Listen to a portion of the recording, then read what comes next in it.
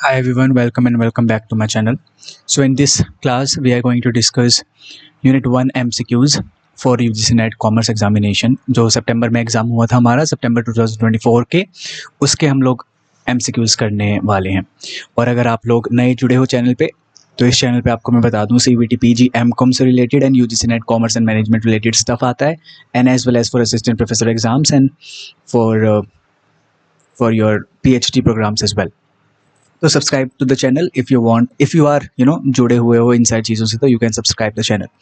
So without any further delay we will start, but let me tell you one more thing as well कि अगर आप लोगों ने दिसंबर 2024 का MCQs नहीं देखा है तो आपको ये अवेलेबल हो जाएगा प्लेलिस्ट के अंदर जाकर। आप जब चेक करोगे प्लेलिस्ट वहाँ पर आपको दिखाई देगी UGC NET कॉमर्स की, तो वहाँ पर जाकर you can check it out. ठीक है, दिसंबर 2024 का हमने ऑलरेडी डन कर लिया है and today we are going to discuss सितंबर 2024 वाले MCQs यूनिट नंबर 1 के। तो we are covering unit wise MCQs और यूनिट वाइज भी प्लस में ईयर वाइज भी MCQs, या बोल सकते हैं अटेम्प्ट वाइज भी MCQs को हम कवर कर रहे हैं so that your preparation gets easy. Let's go. In WTO terminology, subsidies in general are identified by boxes। कह रहे हैं कि WTO के अंदर सब्सिडीज को हम लोग बॉक्सेस के अंदर लिखते हैं।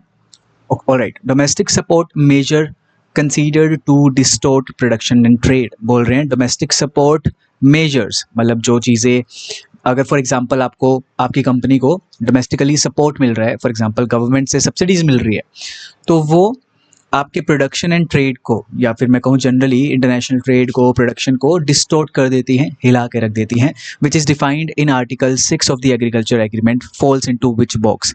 ये वाली सब्सिडीज़ किस बॉक्स के अंदर आती है जो प्रोडक्शन एंड ट्रेड को हिला के रख देती है, काफ़ी ज़्यादा इंपैक्ट करती है प्रोडक्शन एंड ट्रेड को, and that is why WTO के अंदर इस चीज़ को अलाउड नहीं किया गया है। ठीक है, it is not permissible, so that box is amber box. The correct answer is amber box. There are also types of boxes are two boxes are also there, blue box and the next one is green box.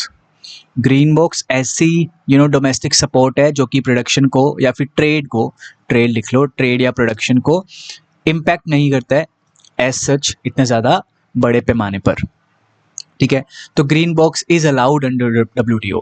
Blue box क्या है? Blue box is just amber box but with condition, but with conditions, I am really sorry, but with conditions, यानी कि यहाँ पर जो subsidies मिलती हैं या फिर जो डोमेस्टिक सपोर्ट मिलता है एक पर्टिकुलर कंपनी को, मिलता तो है बट यहाँ पर एक लिमिट लगा दी जाती है, कुछ कंडीशंस लगा दी जाती है। For example if you are giving subsidies to farmers, तो आप फार्मरों को बोलोगे that you can produce until a certain limit. आप ओवर प्रोडक्शन नहीं कर सकते हो, क्योंकि अगर ओवर प्रोडक्शन होता है then there is more chances कि डंपिंग हो वहाँ पर, है ना, और dumping is not a fruitful activity into the terms of WTO, ऐसा बोल सकते हैं हम लोग, it is not permissible, है ना। So amber box is the right option here, which is not allowed at all by WTO. Next one is, which of the following are included under EPRG framework of internationalization? EPRG framework है, ये आपके marketing management वाली unit से भी जुड़ा हुआ है, unit number 8 से, प्लस आपके स्टाफिंग से भी जुड़ा हुआ है। It can be used as a staffing, let's say policies और staffing measures methods के पॉइंट ऑफ व्यू से भी यूज़ किया जा सकता है। तो स्टाफिंग से भी जुड़ा हुआ है, एंड स्टाफिंग आपको पता है यूनिट नंबर 6 के अंदर आता है, HRM के अंदर आता है। ठीक है, एंड यूनिट नंबर 1 से भी जुड़ा हुआ है, तभी तो यहाँ पर क्वेश्चन दिखाई दे रहा है। Anyways, what is EPRG framework?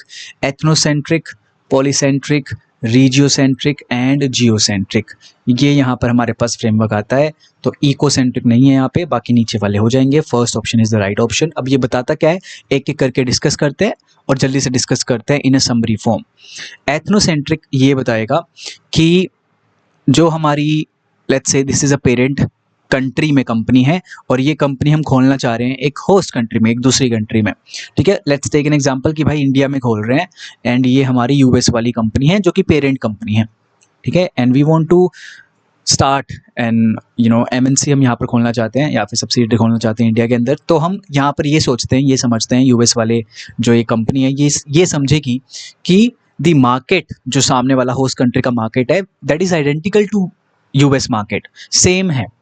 तो there is no such involvement of market research is there. तो वहाँ पे कोई भी मार्केट रिसर्च नहीं होगा, वहाँ पे अलग से इंडिया को नहीं स्टडी किया जाएगा, इंडिया के कस्टमर प्रेफरेंसेस को स्टडी नहीं किया जाएगा, क्योंकि वो ऑलरेडी स्टडीड है। कैसे स्टडीड है? उन्होंने जैसा यूएस को समझा हुआ है वैसा ही इंडिया को समझ रहे हैं वो लोग, and they are starting a subsidiary there. तो यहाँ पर टॉप लेवल मैनेजमेंट के अंदर किसको रिक्रूट करेंगे?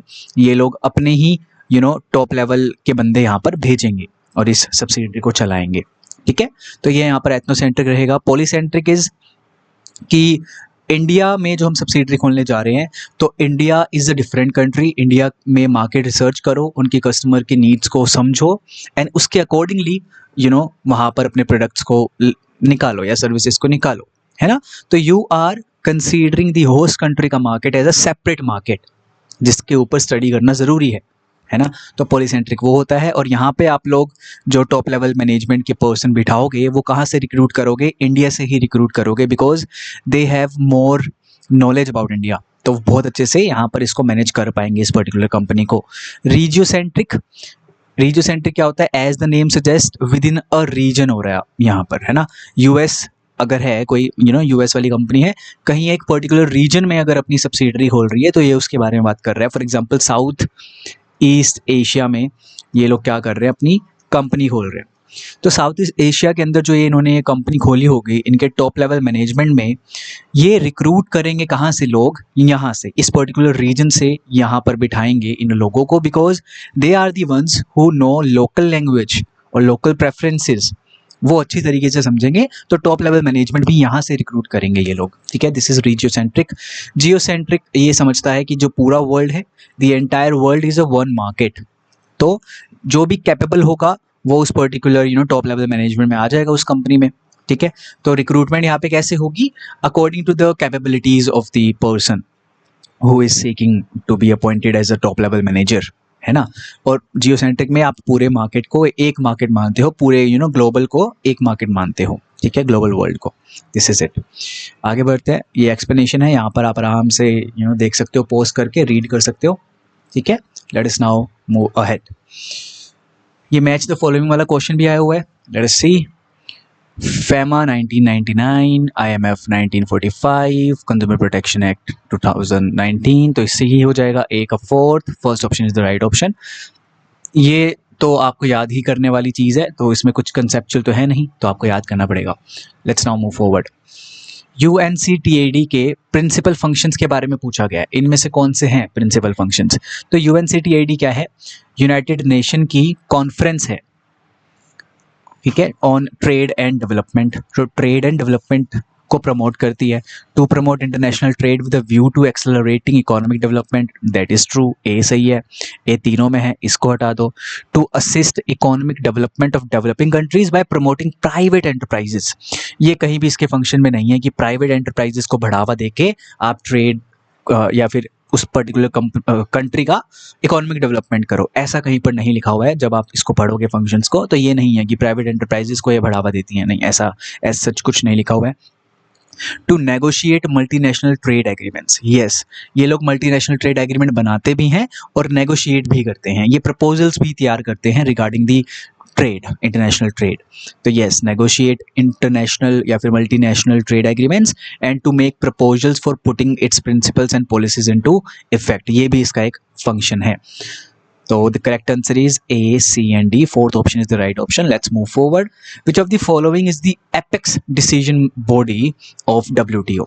WTO का अगर वो आपको ढांचा पता है, वो स्ट्रक्चर पता है, तो you can answer it very quickly. मैं एक बार आपको दिखा देता हूँ। दिस इज दैट पर्टिकुलर ढांचा। मिनिस्ट्रियल कॉन्फ्रेंस आपके सबसे ऊपर आएगा, एंड देन जनरल काउंसिल, उसी के लेवल पे TPRB, उसी के लेवल पे dispute settlement body. General council के अंदर ये कुछ 5-6 चीज़ें आ जाती है, तो यू कैन सी इट। ठीक है, the correct answer is ministerial conference. This is the apex decision making body under WTO of WTO। Let's move forward. Arrange the following strategic decisions in international business in proper sequence. आजकल ये question काफ़ी ज़्यादा आता है, तो इसको बहुत अच्छे से कर लेना। डिसीजन मेकिंग का ये बेसिकली प्रॉपर सीक्वेंस पूछ रहे हैं। तो सबसे पहले आप डिसाइड करोगे कि इंटरनेशनल बिजनेस के अंदर बिजनेस करना भी है या नहीं करना है। तो B thing is your first option या फर्स्ट थिंग या first decision that you will take. तो बी एक यहाँ पर है और यहाँ पर है, ये दोनों कट जाएंगे। Then you will select the market, किस मार्केट को हमें टारगेट करना है, हमारी टारगेट ऑडियंस क्या होने वाली है, this is the second option. And then आप उस सिलेक्टेड मार्केट में एंट्री कब लोगे उसके बारे में आप पता करोगे, या फिर किस स्केल पर एंट्री लेने वाले हो, स्मॉल स्केल या फिर large scale, this thing you will decide. तो this is the third one. तो BANC यहाँ पर है, third option is the right option. Let's now move forward. Which environment shapes the attitudes of human beings, though there may be great diversity in its impact? Great diversity कहाँ होती है, cultural thing में। तो थोड़ा सा यहाँ से एक कीवर्ड निकल आएगा, attitudes human beings के change हो रहे हैं या फिर shape ले रहे हैं, है ना। तो societal and cultural environment होगा ये। The third option is the right option. Let's now move forward. Which of the following are the benefits of globalization? Globalization के benefit आपसे पूछे गए हैं, काफ़ी easy question है। Increase in competition would make companies more cost and quality conscious. Absolutely right. It's a positive impact. An open economy spurs innovation with fresh ideas from abroad. Yes, globally आप अगर जुड़ जाते हो, interconnected हो जाते हो, तो आपके पास आइडियाज़ भी आते हैं, आपके पास टेक्नोलॉजी का भी शेयरिंग होता है। ए और बी सही होंगे, ए और बी यहाँ है, ए और बी यहाँ है, इन दोनों को हटा देते हैं। हमें इससे पता चलेगा कि भाई सी तो होगा ही होगा, तो सी को बिना देखे हम ऐसे कर सकते हैं। डी और ई में से देखना है which one is a correct option. Developing countries could be very vulnerable to the harmful effects of globalisation. Yes, if a world gets connected, तो एक जगह पर एक कोने में अगर कुछ चीज़ हो रही है, for example US financial crisis 2008 का, उसने पूरी सारे वर्ल्ड पे इम्पैक्ट डाला था। तो वो किस लिए था, कैसे हुआ? Because the world was interconnected, है ना। तो D is in a negative sense, तो ये बेनिफिट नहीं होगा, it is a cost of globalisation. ठीक है, तो डी हमारा कट जाएगा यहाँ पे। Fourth option is the right option. Let's now move forward. Which of the following are different types of dumping? Dumping के टाइप्स हैं, 4 बेसिक टाइप्स होते हैं यहाँ पर डंपिंग के। एक होता है परसिस्टेंट डंपिंग। परसिस्टेंट का क्या मतलब है, कंटिन्यूसली आप लोग डंपिंग कर रहे हैं। प्रीडेटरी डंपिंग भी होता है। प्रीडेटरी डंपिंग का क्या मतलब है, प्रीडेटरी का क्या मतलब होता है, आप अपने अपने जो भी कंपेटिटर होते हैं उन्हें दबाना चाहते हो, उनको बिल्कुल करना चाहते हो खत्म, वो वाला सीन है। तो predatory dumping is that. Sporadic dumping क्या होता है, आपने ओवर प्रोडक्शन कर लिया है, you just want to dump that particular overproduced things without distorting the domestic market. तो सोपारेटिक डंपिंग वो हो गया। नोमैडिक डंपिंग कुछ नहीं होता है। और एक और डंपिंग होती है आपकी, उसे बोलते हैं हम reverse dumping. Reverse dumping as the name suggest, dumping का उल्टा हो रहा है। आप डोमेस्टिकली लेस प्राइस चार्ज कर रहे हो और इंटरनेशनली आप हाई प्राइस चार्ज कर रहे हो, दिस इज रिवर्स डंपिंग। ठीक है, let's now move forward. Answer is ABC, second option is the right option. In international trade, factoring is widely used in short-term transactions as a continuous arrangement. This is a very important question, काफ़ी ज़्यादा important question है ये, इसको अच्छे से कर रहा है हमें। फैक्टरिंग का हमसे पूछा गया है, तो देखो सबसे पहले हम समझते हैं फैक्टरिंग क्या है, उसके बाद हम इसको आंसर करने की कोशिश करेंगे। What is factoring? What is factoring? Factoring international trade के अंदर क्या है, व्हेन जब एक एक्सपोर्टर अपना माल बेचता है, ठीक है, किसको, इंपोर्टर को ही बेचेगा, है ना, इंपोर्टर को अपना माल बेचेगा, importer will give him the payment. हो सकता है कि वो बाद में दे, तो बाद में दे, तो एक्सपोर्टर अपनी बुक्स ऑफ अकाउंट्स में क्या लगता है इस चीज़ को, अकाउंट रिसीवेबल्स, जो उसके फ्यूचर के अंदर होने वाले हैं। तो इस अकाउंट रिसीवेबल को ये जो हमारा एक्सपोर्टर रहता है, ये बेच सकता है कहाँ पे, एक बैंक के अंदर। फॉर एग्जांपल बैंक लिख देते हैं यहाँ पे, बैंक के अंदर बेच सकता है और बैंक अपना कुछ चार्जेस काट के इसे मनी प्रोवाइड करवा देगी, because this is the exporter, ये भाई बिजनेसमैन है, इसको पैसों की नीड थी, इसने अपना अकाउंट रिसीवेबल्स को बेच दिया बैंक को। अब ड्यू डेट पे बैंक क्या करेगा, इंपोर्टर के बैंक को भेजेगा वो अकाउंट रिसीवेबल इनवॉइस, इसको भेजेगा इस वाले बैंक को, और ये बैंक इंपोर्टर को बोलेगा जी पैसे दे दो, इंपोर्टर इसको पैसे देगा, एंड देन ये वाला बैंक एक्सपोर्टर के बैंक को पैसे दे देगा। This is basically the entire process of factoring. लेकिन बेसिक सेंस में फैक्टरिंग क्या होती है, जहाँ पर आप अकाउंट रिसीवेबल्स को या फिर एक ऐसी सिक्योरिटीज़ को आप क्या करते हो, लिक्विड एसेट्स के अंदर कन्वर्ट कर देते हो, या फिर एक अपने बैंक के पास या किसी थर्ड पार्टी को बेच के पैसा कमा लेते हो, पैसा ले लेते हो बेसिकली, ताकि आपकी जो लिक्विडिटी की नीड्स हैं, कैश की जो नीड्स है, वो फुलफिल हो जाए। तो you are doing what, you are selling the account receivables to a third party so as to meet the liquidity requirements. Easy, this is it, ये होता है फैक्टरिंग। ये प्रोसेस यहाँ पर लिखा हुआ है, अगर ये समझ में आ गया ना, बहुत आराम से आंसर कर लोगे। तो पॉज करके आंसर करने की ट्राई करना, उसके बाद मैं आंसर आपको करता हूँ, दिखाता हूँ। आई होप सो आपने आंसर कर लिया होगा। सबसे पहले क्या होगा, इंपोर्टर और एक्सपोर्टर एक कॉन्ट्रैक्ट के अंदर आएंगे और टर्म्स ऑफ सेल पे एग्री करेंगे। तो सी इज द फर्स्ट वन, इन दोनों को हटा देंगे, सी और सी। नेक्स्ट क्या होगा, the exporter ships the goods to the importer and submits the invoice to the export factor. Exporter क्या करेगा, गुड्स को प्रोवाइड करवा देगा, इंपोर्टर को दे देगा। तो this one is the second one. इसके बाद क्या होने वाला है, the export factor transfer the invoice to the import factor. देखो यहाँ पे बोला है ना submit the invoice to the export factor. रुको रुको, इससे पहले कुछ होगा क्या, प्रेजेंट इनवॉइस टू इंपोर्टर, एक पेमेंट, ये तो लास्ट होगा। फिफ्थ, ये डी हमारा लास्ट होने वाला है। लास्ट में देखो क्या हो रहा है, द इंपोर्ट फैक्टर, ये जो बैंक है ना इंपोर्टर का बैंक, इसे बोलेंगे import factor. Import factor present invoice to importer, देखो यहाँ पर इसने इनवॉइस इसको दे दिया, इससे पैसा ले लिया and pays to the export factor, and last में एक्सपोर्ट फैक्टर यानी कि इस बैंक को एक्सपोर्टर के बैंक को प्रोवाइड करवा देगा। This is the last one. तो ये डी हमारा यहाँ पर ही है, fourth option is the right option. बाकी आप देख सकते हो सारा प्रोसेस मैंने आपको समझा दिया था। ठीक है, ये प्रॉपर प्रोसेस है, पोस्ट करके देख लेना। Let's now move forward. हाँ, ये हमारा डन होता है। This is the second last question I guess. A statistical statement in international business that shows at a point the value of financial assets of residents of an economy. Shows at a point the value of financial assets of residents of an economy that are claims on non-residents or are gold bullion held as reserve assets and the liabilities of residents of an economy to non-resident is known as। ये किसी चीज़ की definition बता रखी है, आपको ये बताना है कि ये किस चीज़ की डेफिनेशन है। क्या ये करेंसी कॉम्पोजिशन टेबल है, क्या स्पेशल पर्पस एंटिटीज़ है, क्या ये क्रॉस बॉर्डर फ्लोज है, या फिर इंटरनेशनल होगा, यहाँ पे इन्वेस्टमेंट पोजीशन है। तो the correct answer is fourth option. ये इसी चीज़ की बस डेफिनेशन बताई हुई है। ठीक है, दिस इज द डेफिनेशन। तो एक बारी दोबारा से रीड करो और ये डेफिनेशन बस याद रखना कि आईआईपी को बोलते क्या है, ये चीज़ बोलते हैं। एक स्टैटिस्टिकल स्टेटमेंट है इंटरनेशनल बिजनेस के अंदर that shows at a point the value of financial assets of residents of an economy that are claims on non residents. ठीक है, let's now move forward. This is your homework. इसका answer आपने comment section के अंदर comment करना है and मैं comment section के अंदर आपको बताऊंगा कि किसका आंसर सही है। ठीक है, so you guys need to answer this particular question. Thank you so much everyone. So एक और बेसिक सी मैं आपको यहाँ पर इन्फॉर्मेशन बताना चाहता हूँ। If you want to join the batch, अगर आप लोग नए कैंडिडेट्स हैं, नए स्टूडेंट्स हैं, those who are watching it first time, तो आपको मैं बता दूँ यूजीसी नेट कॉमर्स का प्रिपरेशन यहाँ पर ऑलरेडी चल रहा है। मैंने प्राइवेट बैच शुरू कर रखा है, तो ओनली पेपर 2 का मैं यहाँ पर प्रिपरेशन आप लोगों को करवा रहा हूँ with in very minimal charges. ठीक है, तो आपको ज्वाइन करने के लिए मेरे नंबर पे कांटेक्ट करना पड़ेगा, व्हाट्सएप कर देना। ठीक है, सिर्फ और सिर्फ व्हाट्सएप कर देना मुझे यहाँ पे।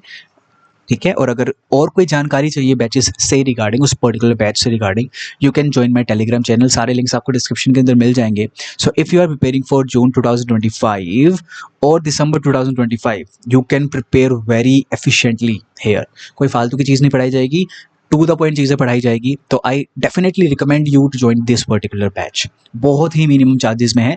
अगर आप 10th अप्रैल तक ले लेते हो या 12th अप्रैल तक ले लेते हो तो आपको ये सिर्फ और सिर्फ ये पर्टिकुलर बैच पड़ेगा 899 रुपीज़ का। लेकिन इसकी ओरिजिनल प्राइस 999 रखी हुई थी मैंने, लेकिन अभी करंटली 10% का डिस्काउंट चल रहा है, तो 899 पे आपको मिल जाएगा। वैलिडिटी आपकी दिसंबर 2025 तक मिलेगी, उसके बाद भी मिलेगी अगर कुछ ऊपर नीचे हो जाता है तो। You will get notes as well, we will solve MCQs, mock test हम लगाते हैं। करंटली हमने 3 के मॉक टेस्ट लगाए हुए हैं गूगल मीट पे बच्चों के साथ। ठीक है, यूनिट नंबर 1 के, यूनिट नंबर 4 के, यूनिट नंबर 3 के भी लगा लिए हैं। बट ऐसा नहीं है कि आप लोगों को वो चीज़ नहीं मिलेगी, आप लोगों के साथ भी वो चीज़ होगी। बस आप लोग बैच ज्वाइन करें जल्दी से जल्दी, और मेरा यही है कि आप लोगों को ज़्यादा से ज़्यादा बेनिफिट मैं दे पाऊँ। मेरा कभी भी प्रॉफिट मोटिव नहीं रहा है। अगर आपको मेरे बारे में पता है तो आपको पता होगा, otherwise you can check the whole YouTube thing. मेरा चैनल को चेक कर सकते हो, मेरे टेलीग्राम चैनल को चेक कर सकते हो। I have never aimed for profit making. It is a social welfare thing. So if you want to join the batch, you can join the batch. Take care everyone. Thank you so much.